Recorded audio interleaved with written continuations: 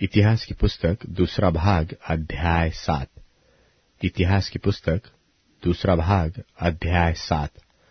जब सुलेमान यह प्रार्थना कर चुका, तब स्वर्ग से आग ने गिरकर होम बलियों तथा और बलियों को भस्म किया, और यहोवा का तेज भवन में भर गया, और याजक यहोवा के भवन में प्रवेश न कर सके, क्योंकि यहोवा का तेज यहोवा के भवन में भर गया था।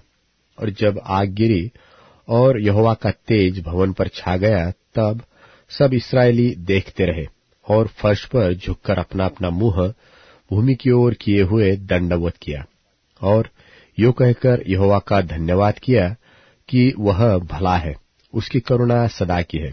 तब सब प्रजा समेत राजा ने यहोवा को बलि चढ़ाया, और राजा सुलेमान ने 22,000 बैल और 1,20,000 भेड़ बकरियां चढ़ाई। यो पूरी प्रजा समेत राजा ने यहोवा के भवन की प्रतिष्ठा की, और याजक अपना अपना कार्य करने को खड़े रहे, और लेवीय भी यहोवा के गीत के गाने के लिए बाजे लिए हुए खड़े थे, जिन्हें दाऊद राजा ने यहोवा की सदा की करुणा के कारण उसका धन्यवाद करने को बनाकर उनके द्वारा स्तुति कराई थी। और इनके सामने याजक लोग तुरहिया बजाते रहे, और सब इस्राएली खड़े रहे।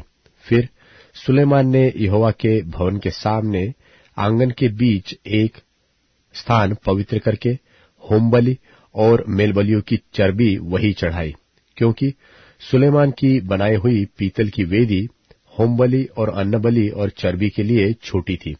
उसी समय सुलेमान ने और उसके संग हमात की घाटी से लेकर मिस्र के नाले तक के सारे इस्राएल की एक बहुत बड़ी सभा ने 7 दिन तक पर्व को माना, और 8वें दिन को उन्होंने महासभा की।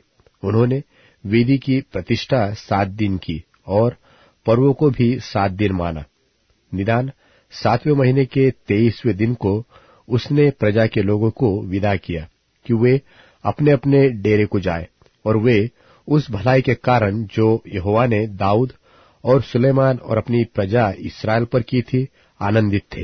यो सुलेमान यहोवा के भवन और राजभवन को बना चुका, और यहोवा के भवन में और अपने भवन में जो कुछ उसने बनाना चाहा, उसमें उसका मनोरथ पूरा हुआ।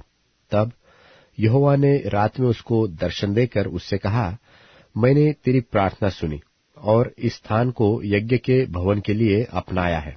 यदि मैं आकाश को ऐसा बंद करूं कि वर्षा न हो, व टिड्डियों को देश उजाड़ने की आज्ञा दूं, व अपनी प्रजा में मरी फैलाओ, तब यदि मेरी प्रजा के लोग जो मेरे कहलाते हैं दीन होकर प्रार्थना करे और मेरे दर्शन के खोजी होकर अपनी बुरी चाल से फिरे, तो मैं स्वर्ग में से सुनकर उनका पाप क्षमा करूंगा, उनके देश को जो का त्यों कर दूंगा।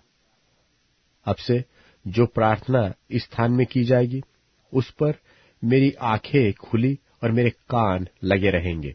और अब मैंने इस भवन को अपनाया और पवित्र किया है कि मेरा नाम सदा के लिए इसमें बना रहे। मेरी आंखें और मेरा मन दोनों नित्य यही लगे रहेंगी। और यदि तू अपने पिता दाऊद की नाई अपने को मेरे सन्मुख जानकर चलता रहे और मेरी सब आज्ञाओं के अनुसार किया करे और मेरी विधियों और नियमों को मानता रहे, तो मैं तेरी राजगद्दी को स्थिर रखूंगा, जैसे कि मैंने तेरे पिता दाऊद के साथ वाचा बांधी थी कि तेरे कुल में इस्राएल पर प्रभुता करने वाला सदा बना रहेगा।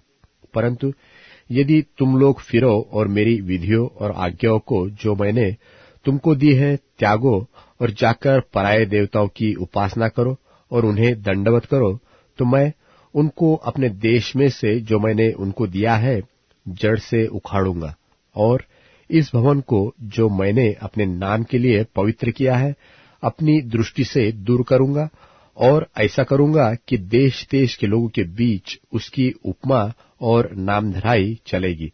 और यह भवन जो इतना विशाल है, उसके पास से आने जाने वाले चकित होकर पूछेंगे कि यहोवा ने इस देश और इस भवन से ऐसा क्यों किया है। तब लोग कहेंगे कि उन लोगों ने अपने पितरों के परमेश्वर यहोवा को, जो उनको मिस्र देश से निकाल लाया था, त्याग कर पराये देवताओं को ग्रहण किया और उन्हें दंडवत की और उनकी उपासना की। इस कारण उसने यह सब विपत्ति उन पर डाली है।